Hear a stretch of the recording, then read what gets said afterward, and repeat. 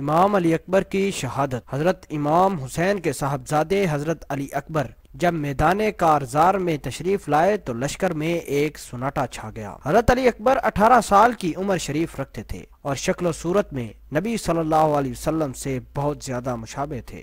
آپ کا حسن و جمال اور جلال دیکھ کر دشمن متخیر ہو گئے۔ حضرت علی اکبر میدان میں پہنچتے ہی رجز و خواں اور مبار طلب ہوئے، اور جب کوئی سامنے نہ آئے تو آپ نے خود ہی لشکر میں گھس کر حملہ کر دیا اور دشمنوں کو درہم برہم کر دیا۔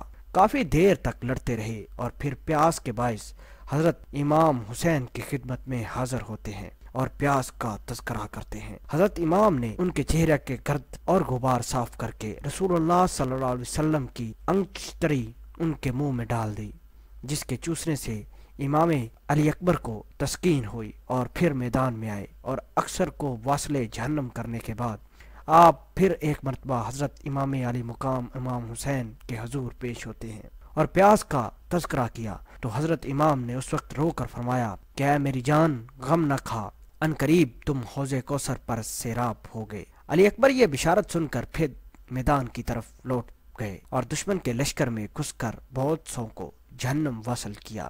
دشمنوں نے چاروں طرف سے آپ کو گھیر لیا اور ایک ظالم ابن نمیر نے آپ کو ایسا نیزہ مارا کہ آپ کی پشت مبارک سے پار ہو گیا اور آپ گھوڑے سے گر گئے۔ اس وقت آپ نے حضرت امام کو پکارا اور فرمایا باجان اپنے علی اکبر کو سنبھال لیجئے۔ حضرت امام نے اپنے لختے جگر کی یہ آواز سنی تو آپ دوڑے اور میدان میں جا کر دیکھا کہ علی اکبر زخموں سے چور زمین پر گرے پڑے ہیں۔ حضرت امام علی مقام نے اپنے بیٹے کا سر اپنے زانوں پر رکھا۔